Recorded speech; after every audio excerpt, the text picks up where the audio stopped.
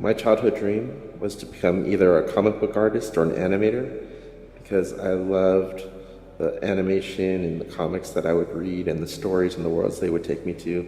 And I one day hope to build my own and inspire other people like I had been inspired.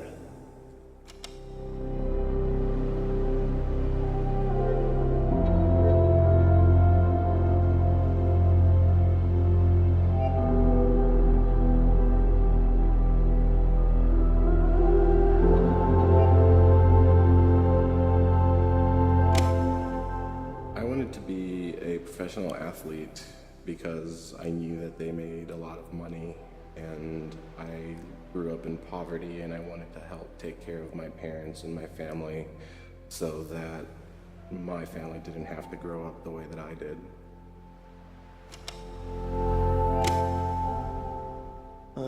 When I was a kid, I really wanted to be a neurosurgeon because I had heard about Ben Carson and read his books and thought that was a really, really cool thing, especially as a black kid, seeing what he did. Now my thoughts are completely different on Ben Carson, of course, but at the time I was all about it. And then I got a Commodore 64, and after I touched my first computer, that dream was out the window.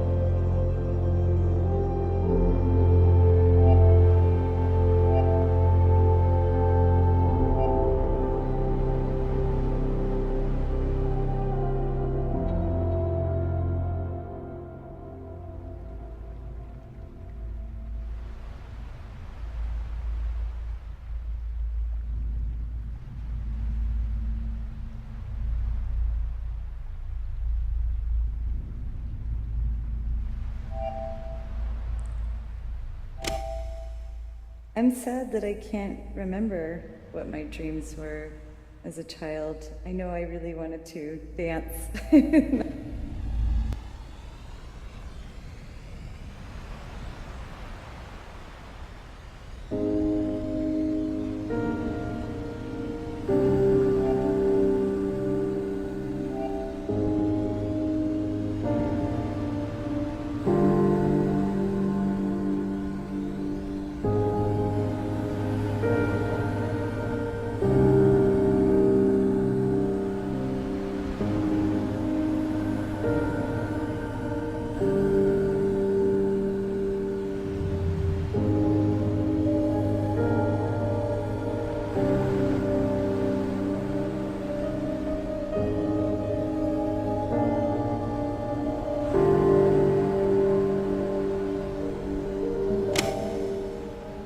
First fell in love with a redhead in college. I met her at I think it was a house party, and there's just something about her that absolutely just couldn't be resisted, and she had a way of making me both very comfortable and uncomfortable at the same time, and I think at that time we were both emotional disasters, and it absolutely didn't work out in the long run, but without a doubt, that was love, and I still do occasionally think of her. I've only fallen in love once, so my first falling in love is the only falling in love I've had.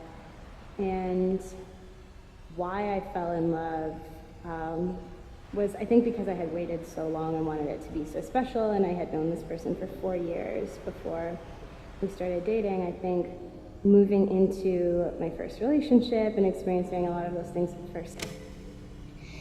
The first time I fell in love, I was 5 years old, and I fell in love with the cartoon character He-Man. I think I fell in love with him because he was just there, and he was strong, and he was the hero, and everything that a perfect someone should be. Obviously, this love was unrequited, but I still remember it.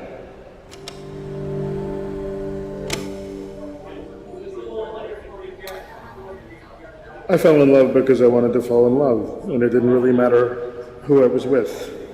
That was the first time, and that was the third time too. But the last time I met the love of my life, and we've been together for 20 years, and it was because of who she was. No other reason than who she absolutely was, and still is.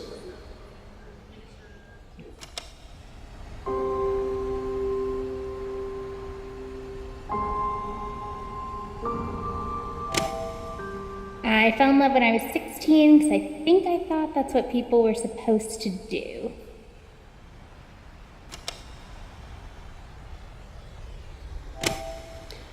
I don't think we ever know why we do something like this. We just do.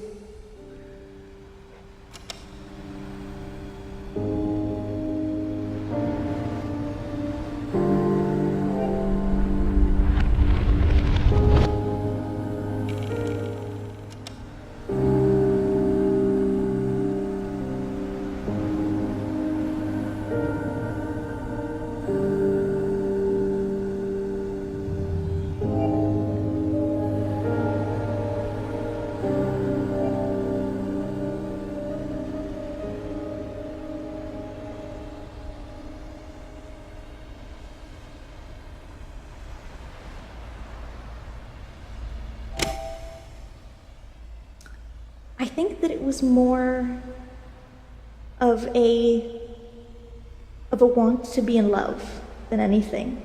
I don't think that we were right for each other or that it was a healthy relationship in any sense, but there was an intense physical and sexual attraction between us. And looking back, it was kind of a terrible relationship, but I also can't deny that I was like deeply, intensely in love with her.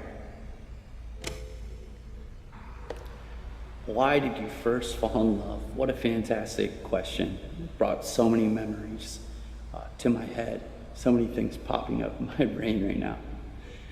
I say the reason I first fell in love was because I was able to be entirely myself to the person I was dating. She was the first woman I ever brought home to my mother and had her in our home. And my mom loved her so much. She said she was a great person, saw such potential in her, but more importantly, my family was a bit dysfunctional, I would say, a lower income. So I was always self-conscious and a bit embarrassed to have someone come into that realm, to that environment that I was raised in, and to bring this girl into that situation and see her not be affected by that whatsoever. and to back me as a person and see potential in me and enjoy the things that I have to offer and support me. It was probably one of the best feelings I've ever had in my entire life. And the relationship only lasted 7 months. And that was when I was 21 years old. I'm now 27, and I still have never had a feeling like that in my life.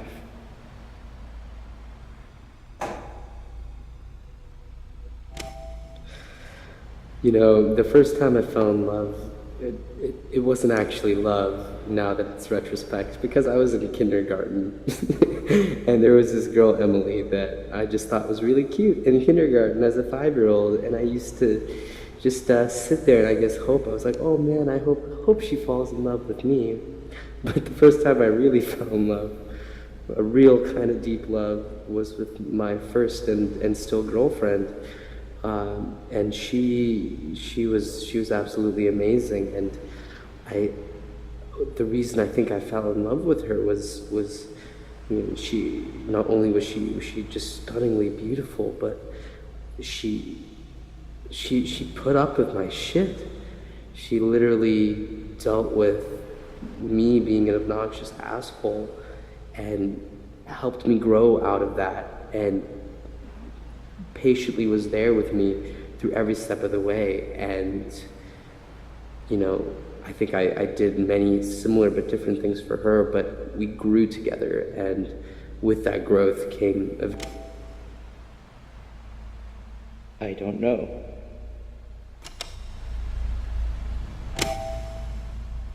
I first fell in love in college. Really fought against it because I thought it was losing my individuality.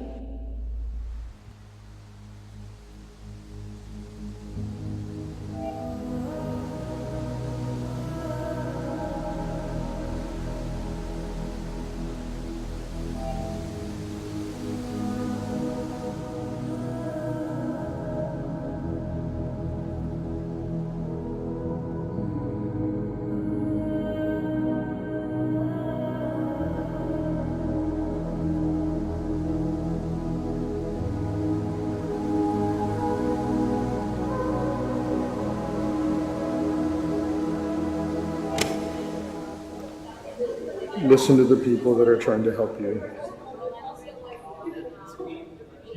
Listen to what they're suggesting that you do. If I could give my past self a piece of advice, I would say to go easy on myself, and really spend time being in my life. You know, people talk about being present a lot, but so much of the early part of my life was around, you know, progressing and getting to that next level, and you know, a lot of neurosis comes with that. And so yeah, if I could go back in time, I'd tell myself to take it easy.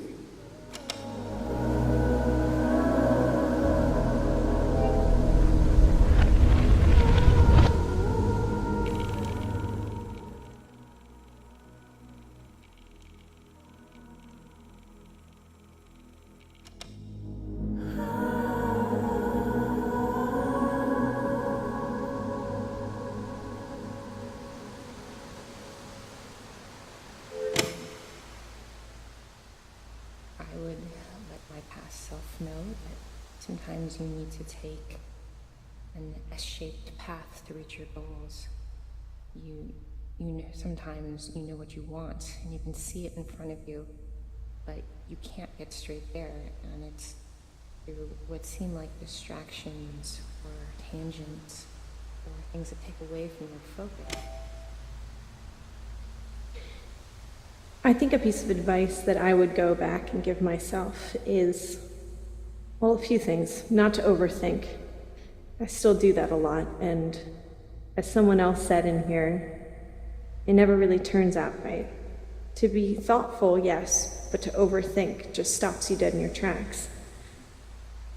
I think another piece of advice is to be present and to be able to take up space. It's okay to take up space. It's okay. How would I say it?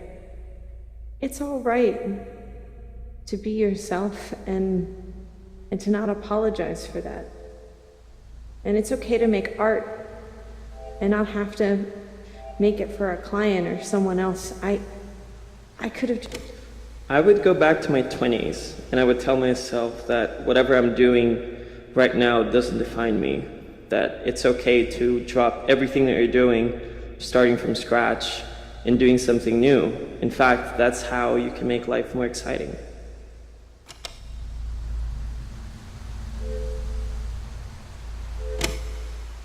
I would say try to be grateful of all the incredible opportunities that have been given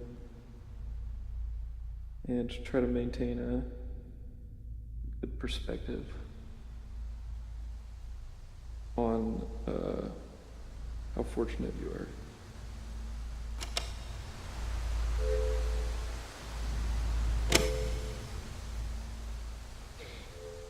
I think a piece of advice that I would go back and give myself is, well, a few things. Not to overthink.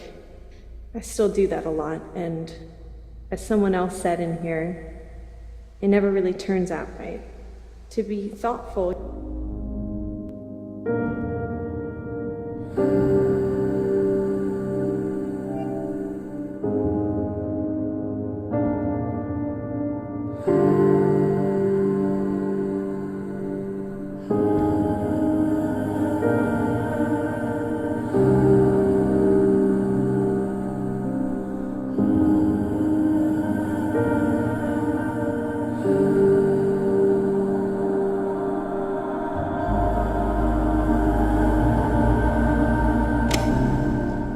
My grandmother, she was incredibly open-minded for her time, and she was very accepting of other people, almost more so than my parents. Actually, definitely more so than my parents.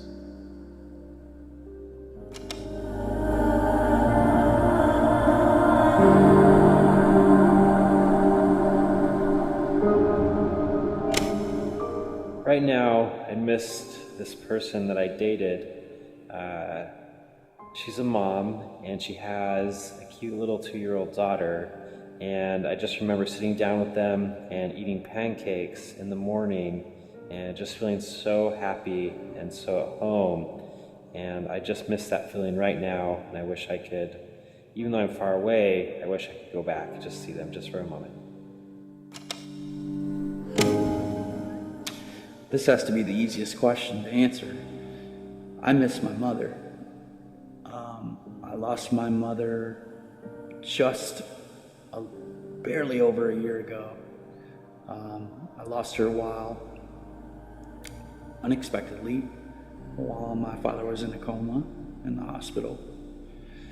And I miss my mom the most because when things just weren't going my way, I could call her and she would flip my mood and get me plowing in the right direction. She'd always tell me, Tyler, baby, you're smart, you're special, and you got more energy than anyone in the room. And if you just find a way to not let that be overbearing to people, people won't understand what you're trying to do, and it will get out of your way, or they will get alongside you and help you with what you're doing, because they'll see that your mission's pure. So I miss my mom. She made me laugh from the moment she would call my phone. And I had a relationship with her where I felt like I could say anything. I can feel her still with me in a lot of ways and in different moments. I love you, Mom, and I'm gonna make you proud if it's the last thing I do.